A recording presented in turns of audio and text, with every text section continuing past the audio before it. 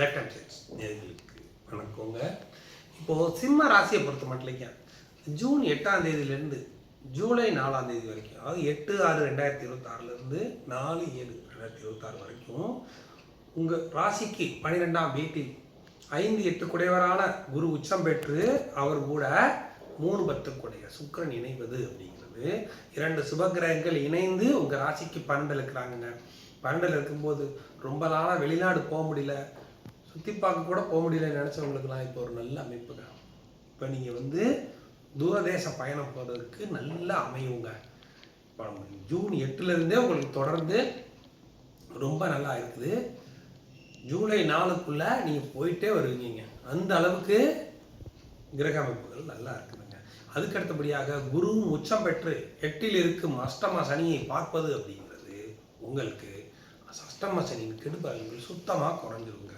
அதுக்கு அடுத்தபடியாக நாங்கள் தொழில் பண்ணிட்டு இருக்கிறாங்க, பெரிய லெவலில், அதாவது நல்ல வளர்ச்சிக்காக நாங்கள் ஒரு லோன் எதிர்பார்த்துட்டு இருந்தாங்க, வராமல் இருக்குங்க அப்படின்னு நினைக்கிறவங்களுக்கு உடனே இப்போ வரக்கூடிய சூழ்நிலைகள் இருக்குங்க. ரொம்ப நாளாக தாமதமாயிட்டு இருந்தாங்க லோனு, இப்போ உங்களுக்கு வர்றதுக்கு வாய்ப்புகள் அதிகமாக இருக்குங்க. அதுக்கு அடுத்தபடியாக தேவையில்லாத லோன்கள்லாம் இப்போ வரும்.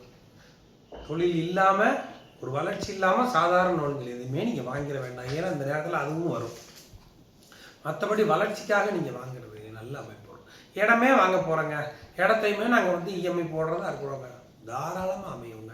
இந்த நேரத்தில் ஜூலை 4க்குள்ளே உங்களுக்கு கண்டிப்பாக வருங்க. சிம்ம ராசிக்கு இந்த 26 நாளும் பெரிய அமைப்புகள் உருவாக போகுதுங்க. அதனால் நீங்கள் அதை பற்றி கவலைப்பட வேண்டியது இல்லை. அஷ்டம சனி இருக்குங்கிற கவலைப்பட வேண்டிய அவசியமும் இல்லை. கார் வாங்கணும்னு நினைக்கிறவங்களுக்கு ஜூலை 4க்குள்ளே வாங்கிடுவீங்க, நடக்குங்க அது.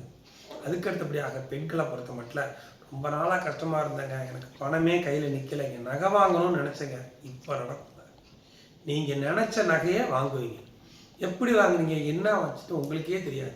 திடீர்னு பணம் பிறண்டு நீங்கள் அந்த நகையை நீங்கள் வாங்கிடுவீங்க. உங்கள் ஆசைக்கு நீங்கள் என்ன நினச்சிங்களோ அதே மாதிரி அணிகள்னா அணியக்கூடிய நிலைமை இப்போ வருவாங்க. அதே சமயம் ட்ரெஸ்ஸு நீங்கள் நினச்ச மாதிரி வாங்கணும்னு நினச்சவங்களுக்குலாம் இப்போ அமையக்கூடிய சூழ்நிலைகள் அதிகமாக இருக்குதுங்க. அஷ்டம சனியினால் உடம்பு பாதிக்கப்பட்டிருந்ததுன்னு சொன்னவங்களுக்குலாம் இப்போ நல்ல ஒரு பாசிட்டிவான ரிசல்ட்டு வருங்க.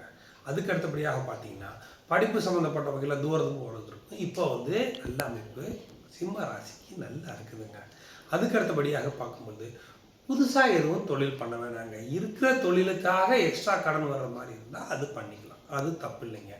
அதே சமயம் 6ஆம் வீட்டை குருவும் சுக்கிரனும் பார்க்குறாங்கங்க. அதனால என்னன்னு கேட்டிங்கன்னா கடன் கொஞ்சம் வளர்றதுக்கு வாய்ப்புகள் இருக்குங்க. முக்கியமான கடன்களை வாங்கிக்கோங்க, தேவையில்லாத கடன்கள் வாங்க வேணாங்க.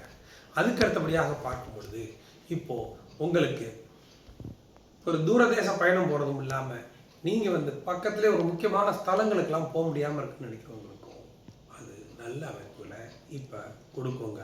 பெண்களை பொறுத்த மட்டும் குடும்பத்தில் இப்போ இந்த 26 நாளைக்குள்ள பெரிய சண்டை சிஸ்டங்கள் இருந்தாலும் குறையிறதுக்கு வாய்ப்புகள் நல்லா அமையுதுங்க. அதே சமயம் இப்போ நீங்கள் வேலை மாறணும்னு நினைக்கிறவங்களுக்கு இப்போ நல்ல சந்தர்ப்பங்க.